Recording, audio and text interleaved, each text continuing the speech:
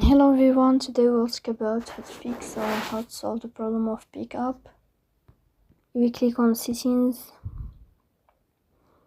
Here in this page you can go to apps, default apps, app settings. On above you can search about pickup and you will enter.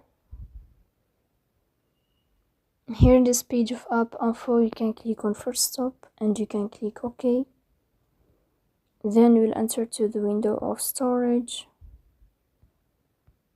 Here you can click on clear cache, but pay attention, don't click clear data because that can delete your account.